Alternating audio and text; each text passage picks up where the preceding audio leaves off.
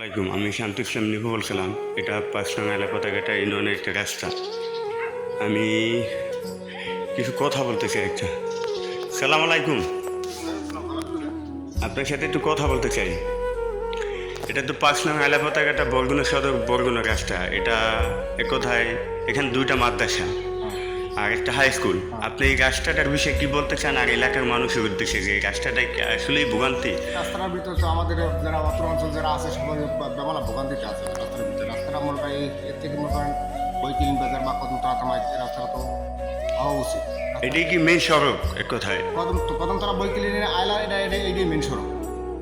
যাই শুনতে পারলেন এটা কদমতলা আমাদের যে কদমতলাতে চারটি ভাষা প্রতিষ্ঠান আছে, আপনার এখানে চারটি ভাষা প্রতিষ্ঠান আছে, আর মাদ্রাসা আছে, এই স্কুল আছে, প্রাইমারি স্কুল আছে, এই জায়গায় মাদ্রাসা আছে।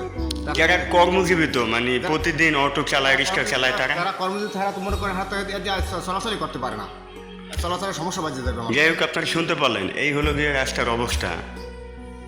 ভালো থাকবেন। যাই শুনতে পারলেন, এখন কি মতামতটা আপনারা কমেন্টে বলবেন। এমন এক অবস্থা, যেমন বলি, বৃষ্টি পড়লে আর কোনো মানুষ বাড়ি থেকে বাজারে যাইতে পারে না, তাদের কর্মস্থানটা খুবই খারাপ হয়ে যায়। আর এখানে দুইটা মাদ্রাসা। এক সময় কিন্তু এই রাস্তাটা পাকা ছিল, আর এখন বর্তমানে এই রাস্তাটা কাঁচা। খুবই ভোগান্তি এই যে মাদ্রাসাগুলো। এক কথায় বলি, এখানে দুইটা মাদ্রাসা আছে, খুবই ভয়াবহ অবস্থা। এই যে বাচ্চাগুলো আসে, প্রতিদিন যায়, আসলে সুস্থভাবে তারা যাইতে পারে না।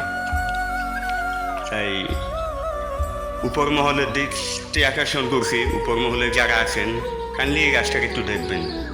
এই হচ্ছে কোনো আগামুড়োটাই একদম বেতাল অবস্থা। দেখছেন, পাকা রাস্তা কাঁচা হয়ে যাওয়ার কারণে অনেক মানুষ ভোগান্তি। এখানে যারা আছে, একটা মাদ্রাসা, এরকম আরও প্রতিষ্ঠান আছে, তাদের খুবই ভয়াবহ অবস্থা।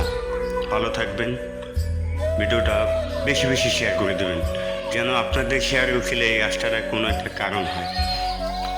আল্লাহ হাফেজ, ভালো থাকবেন।